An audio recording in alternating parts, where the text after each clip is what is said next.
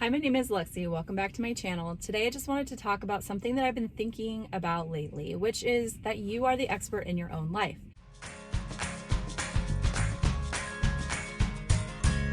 And I listened to this podcast. It's not a fasting podcast. It's actually about marriage advice. The woman who hosts the podcast has a lot of really great insights and tips and ideas.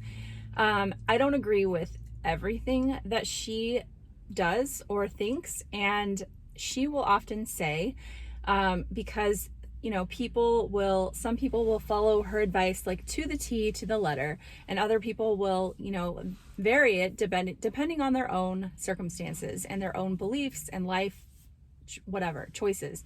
And she always says, you are the expert in your own life, so you know what works for you best. And I really respect that. I respect when any quote unquote expert comes out and says, this is what I've seen, this is what I see works, but you know yourself best.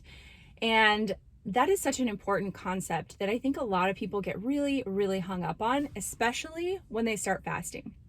The reason is because in traditional diets, there's usually like this very strict plan. It's like wake up at this time and exercise for this amount of minutes and, do cardio or strength training on these days. And then you need to eat this for breakfast or skip breakfast and have this amount of calories and then exercise again. And then, it's just like this prescribed, very like regimented system where a lot of people think, okay, this is the answer. I'm going to completely put my trust in this program, this person, this guru, this expert, and they know exactly what I should be doing.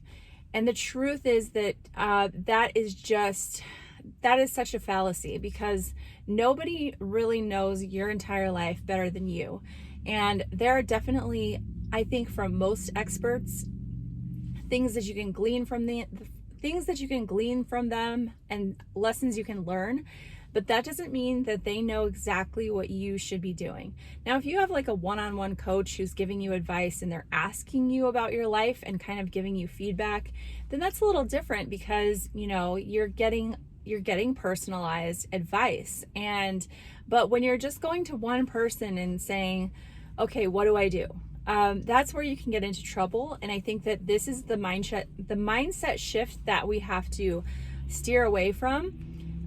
When you start fasting, you need to start taking control of your own life, get back in the driver's seat, and know that you know yourself best. You know what works best for you and your family and your body and your health and all of that. And I was also listening to a different podcast. This was an interview that happened a few years back with Peter Attia and Jason Fung.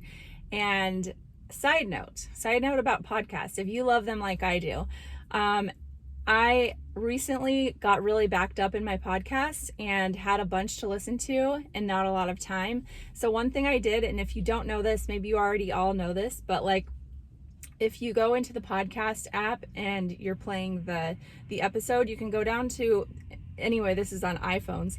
If you go down to the left-hand corner, you can change the speed. So what I've been doing is I've sped mine up to 1.25 times speed, and that way I can get through podcasts faster.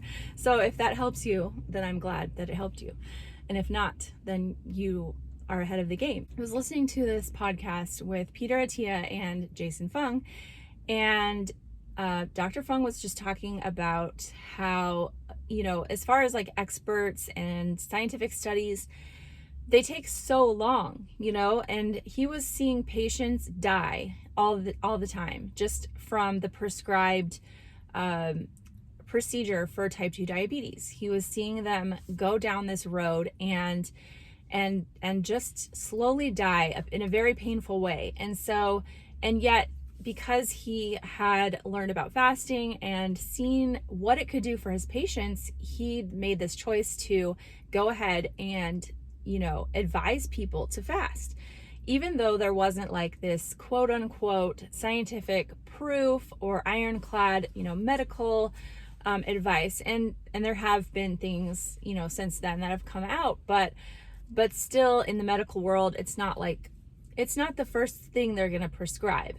So he was just talking about this flaw in expert advice. And I think that is so wise, and I'm so grateful for people like him who come out and say, you know what, you can look at all the studies you want, and there's going to be so much variation, and it really depends on who funded the study, what are the variables, and a lot of it you just don't know, especially with dietary stuff, because you're looking at people who are mostly self-reporting because they're living their lives. They're not like living in a lab. So you have probably incorrect data to begin with, but there's all these factors that we just don't know. And so you know what your body feels like. You know how fasting will affect you. You know how a certain protocol affects you and works in your life. And maybe, it just doesn't work because something with your family situation or your stress level right now or a certain health problem that you're dealing with, and it's just one protocol doesn't work, or you need to mix it up. Like, I know that alternate day fasting works for me. I also know that alternate day fasting does not work for a lot of people. One great example is Jen Stevens. Always on her podcast, she talks about how at one point she did do 4-3, and she's since, 5 years or so, she's never skipped a day of eating. She does a daily window, but she's never done a full day fast in like 5 years because she just doesn't want to. And maybe it's because there's a mental block because something with when she did it before that didn't work out, and so there's some resistance there. But what she's doing is working for her, and there's really no need for her to branch out. Now, if you're in a different situation and you've been doing a daily window for a long time and you feel like you're missing something, and you feel like maybe alternate day fasting is something you want to try because you think that it could give you either some health benefits or weight loss benefits that you need, that something in a daily window is not addressing. I just did a video about switching to a faux alternate day fasting schedule where I did a daily window for a week, and it was interesting, and I would do it again, but it's still not my preferred protocol. And that's the only way that I can know that, is by trying different things and by being okay with the fluctuations in my weight as I do so, because your weight could go up or down when you try something different. And that can be so scary for people when they're used to like being in this downward spiral of their weight just like getting out of control, that like doing those experiments can be really difficult. And if that's the case, you may need to look at just not weighing while you do that, and then get back to whatever you're doing and reevaluate.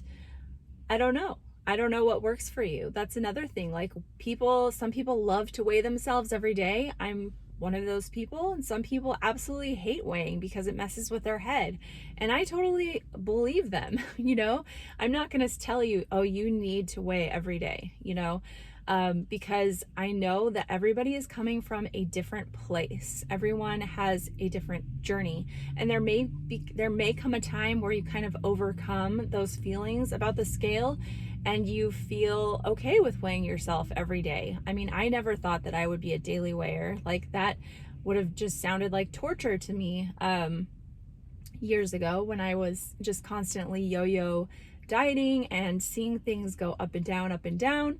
But now I'm just pretty much at peace with it, and I recognize it as data, and so it's okay. There are times where the scale number freaks me out and makes me mad, and I just sort of deal with those emotions. And there have been times where, I've had travel or trips where I have taken a break from the scale, and that was the right decision in that moment. But the point is that there are so many variables out there. There's so many variables in science. There's so many variables in your own life, but nobody knows those better than you. Nobody. I promise you, like, even your best friend or your spouse, no matter how close you are, they don't know everything that's in your head.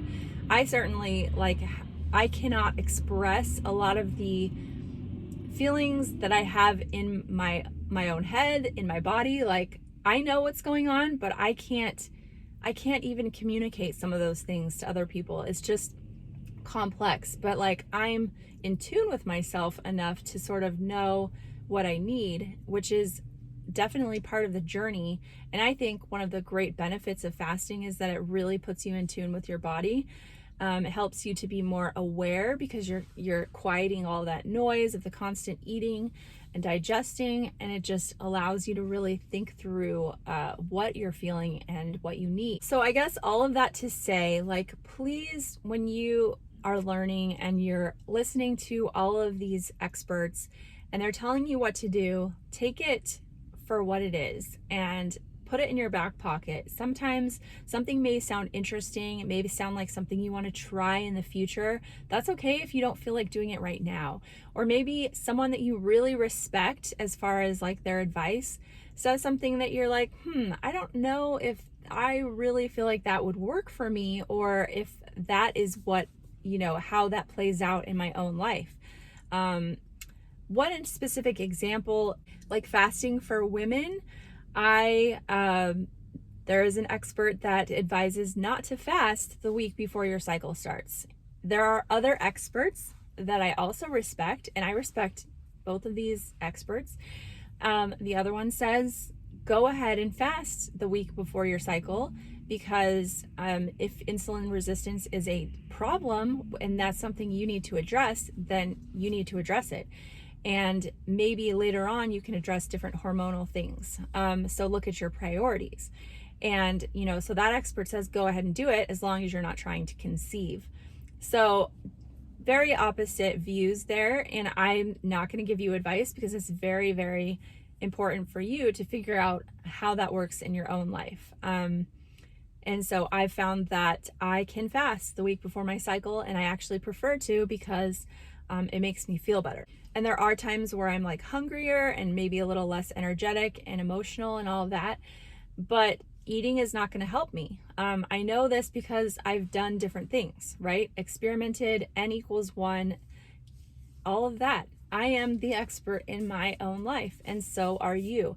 And so I really just wanted to put that out there. So as far as how long you should fast, what you should eat, how you should exercise, that is all up to you. You need to figure out what makes you feel your best, what brings you the most joy and peace and calms your stress in your life. And nobody can make that final call as well as you. So I hope that helps you, and I will talk to you guys next week. Thanks for watching. Bye-bye.